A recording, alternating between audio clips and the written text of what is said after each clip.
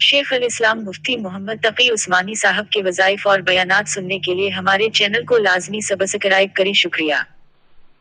حضرت انس رضی اللہ تعالیٰ عنہ سے روایت ہے کہ رسول اللہ صلی اللہ علیہ وآلہ وسلم بڑے خوش اخلاق تھے۔ ایک روز مجھے کسی ضرورت کے لیے بھیجا، میں نے کہا کہ خدا کی قسم میں نہیں جاؤں گا،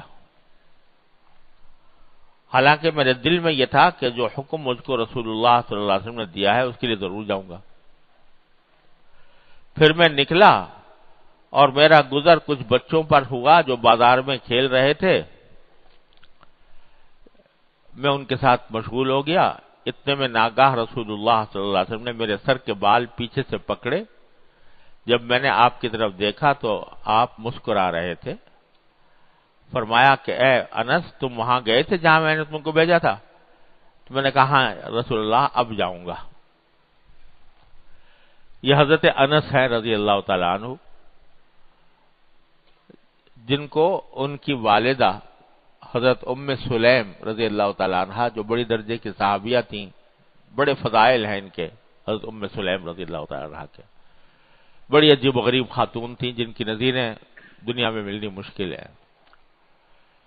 یہ پہلے شوہر سے ان کے یہ حضرت انس پیدا ہوئے تھے، بعد میں انہوں نے دوسری شادی کر لی تھی ابو طلحہ رضی اللہ تعالیٰ عنہ سے، اور یہ حضرت انس انہی کے پاس رہتے تھے، بچے تھے، کم عمر تھے۔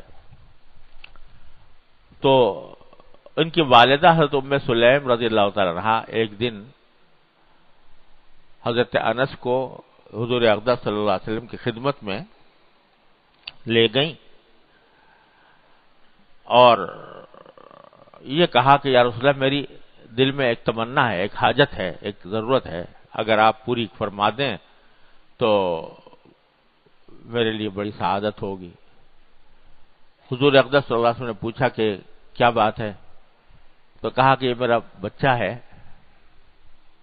اس وقت بالغ بھی نہیں تھے، یہ چھوٹا سا بچہ ہے میرا، تو یہ میں چاہتی ہوں کہ آپ کی خدمت کریں، آپ کی خدمت میں رہیں، آپ اس کو بطور خادم کے قبول فرما لیجیے۔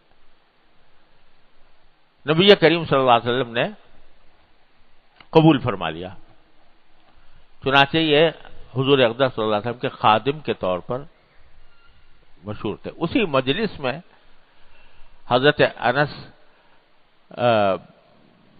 جو بچے تھے یہ والدہ لے کر آئی تھی، اسی مجلس میں انہوں نے یہ بھی دعا کی کہ یا رسول اللہ، اس کے لیے اس کے سر پر ہاتھ رکھ دیجئے اور اس کے لیے دعا فرمائیے۔ تو نبی کریم صلی اللہ علیہ وسلم نے شفقت سے دعا فرمائی اور دعا یہ فرمائی، یا اللہ اس کے مال میں بھی برکت عطا فرما، اس کے اولاد میں بھی برکت عطا فرما۔ یہ دعا فرمائی، یا اللہ اس کے مال میں اور اولاد میں، اور جہاں تک یاد ہے عمر کی بھی دعا فرمائی تھی کہ عمر میں برکت عطا فرما۔ تو یہ صحابی حضرت انس رضی اللہ تعالیٰ عنہ ان صحابہ کرام میں سے ہیں کہ جن کی عمر 100 سال سے زیادہ ہوئی، اور 100 سال کے بعد بھی زندہ رہے۔ تو ایک موقع پر انہوں نے فرمایا کہ رسول کریم صلی اللہ علیہ وسلم نے میرے مال میں بھی برکت کی دعا کی تھی اور میری اولاد میں بھی برکت کی دعا کی تھی۔ تو میں بتاتا ہوں کہ اس وقت سارے انصاری صحابہ میں سب سے زیادہ دولت مند میں ہوں، سب سے زیادہ مالدار میں ہوں۔ اور جہاں تک اولاد کا تعلق ہے تو اولاد کا معاملہ یہ ہے کہ جب حجاج جس سال بصرہ میں آئے تھے، اس وقت میری بیٹی امینا نے یہ بتایا تھا مجھے کہ میری صلبی اولاد میں سے 120 بچے قبر میں جا چکے تھے، میں دفن ہو چکے تھے۔ 120 بچے میری صلبی اولاد میں جا چکے تھے، اتنی اولاد اللہ تعالیٰ نے ان کو عطا فرمائی۔ تو یہ اپنا واقعہ بیان فرما رہے ہیں حضرت انس رضی اللہ تعالیٰ عنہ کہ میں رسول کریم صلی اللہ علیہ وسلم کی خدمت کرتا تھا بھیجا ہی تھا ماں نے اس کام کے لیے کہ حضور کے خادم بنے. تو آپ نے فرمایا کہ فلاں کام کے لیے جاؤ. تو جیسے بچے ہوتے ہیں نا بے پرواہی میں جیسے اپنے مذاق میں بات کر دیتے، اسی طریقے سے انہوں نے بے پرواہی میں مذاق میں کہا نہیں میں نہیں جاؤں گا. حالانکہ دل میں ارادہ تھا کہ جاؤں گا، لیکن مذاق میں ایسے کہہ دیا. بچے تو تھے ہی، منہ پہ آ گیا، لیکن دل میں ارادہ جانے کا، اور یہ سوچ کے نکل گیا. باہر کچھ بچے کھیل رہے تھے تو بچے تو تھے ہی، اس میں کھیل میں کہیں لگ گئے. نبی کریم صلی اللہ علیہ وسلم پیچھے سے تشریف لائے تو فرماتے ہیں میرے بال پیچھے سے پکڑے اور کہا کہ حدیث میں الفاظ آتے ہیں انیس کہہ کر، یا انیس. انس تو ان کا نام تھا اور اس کی تصغیر کر کے محبت سے اس کو انیس کہا. اے انیس، جس کام کے لیے میں نے تم سے کہا تھا تم گئے نہیں. تو کہا میں نے پیچھے مڑ کے دیکھا تو آپ مسکرا رہے تھے، یعنی کوئی تنبیہ نہیں فرمائی، کوئی غصہ نہیں کیا، کوئی سزا نہیں دی، بلکہ مسکرا رہے تھے. اور پوچھا کیوں تم وہاں پر گئے نہیں؟ تو میں نے کہا یا رسول اللہ اب جاؤں گا. یہ بتلا رہے حضرت انس رضی اللہ تعالیٰ عنہ کہ اپنے خدام کے ساتھ بھی نبی کریم سرور عالم صلی اللہ علیہ وسلم کا معاملہ کیسا تھا. چنانچہ فرماتے ہیں، حضرت انس فرماتے ہیں کہ میں نے رسول اللہ صلی اللہ علیہ وسلم کی خدمت اس وقت سے کی جبکہ میں 8 برس کا تھا، عمر 8 سال تھی. میں نے آپ کی خدمت 10 برس تک کی. آپ نے کسی بات پر جو میرے ہاتھ سے ہوئی ہو مجھے کبھی ملامت نہیں کی.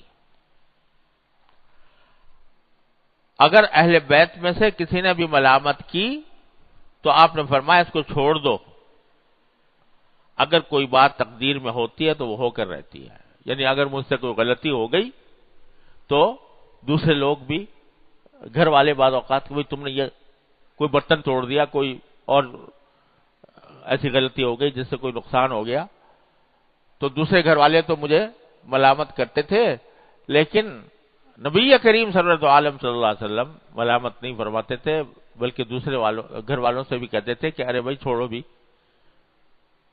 جو بات مقدر میں ہوتی ہے وہ ہو کر رہتی ہے، لہذا ملامت کرنے سے کیا فائدہ. اور دوسری روایت میں یہ بھی آ رہا ہے کہ آپ نے 10 سال کی مدت میں کبھی آپ نے مجھ سے اف تک نہیں کہا، اف تک نہیں کہا. اور کسی کام پر یہ نہیں کہا کہ تم نے یہ کام کیوں کیا، اور کسی کام پر یہ نہیں کہا کہ یہ کام تم نے کیوں نہیں کیا. یہ ہے سرکار دو عالم صلی اللہ علیہ وسلم کی سنت اپنے ملازموں کے ساتھ، اپنے خادموں کے ساتھ. تو بھائی میں یاد کیا کرتا ہوں کہ بعض جو ظاہری سنتیں ہیں وہ تو ہم نے الحمدللہ اللہ تعالیٰ نے توفیق دے دی، اپنا لی ہیں، اور وہ بھی کچھ اس وجہ سے شاید اپنا لی ہے کہ اگر نہ اپنائیں تو ایسے معاشرے میں رہتے ہیں، ایسے مجمع میں رہتے ہیں کہ وہاں اس کے خلاف کرنا مشکل. لیکن جو نبی کریم صلی اللہ علیہ وسلم کے اخلاق اور آپ کی جو صفات اور تعامل دوسروں کے ساتھ کا جو طریقہ تھا، ان سنتوں کو ہم نے سنت ہی نہیں سمجھا ہوا اور اس کو چھوڑا ہوا ہے. یہ سرکار دو عالم صلی اللہ علیہ وسلم کے رحم دلی، یہ سرکار دو عالم صلی اللہ علیہ وسلم کی تواضع، یہ دوسروں کا خیال، یہ دوسروں کے ساتھ رحمت و شفقت کا برتاؤ، یہ ساری چیزیں وہ ہیں جو چھوڑے ہوئے ہیں. اور اس کا نتیجہ یہ ہے کہ سنت کی برکات سے محرومی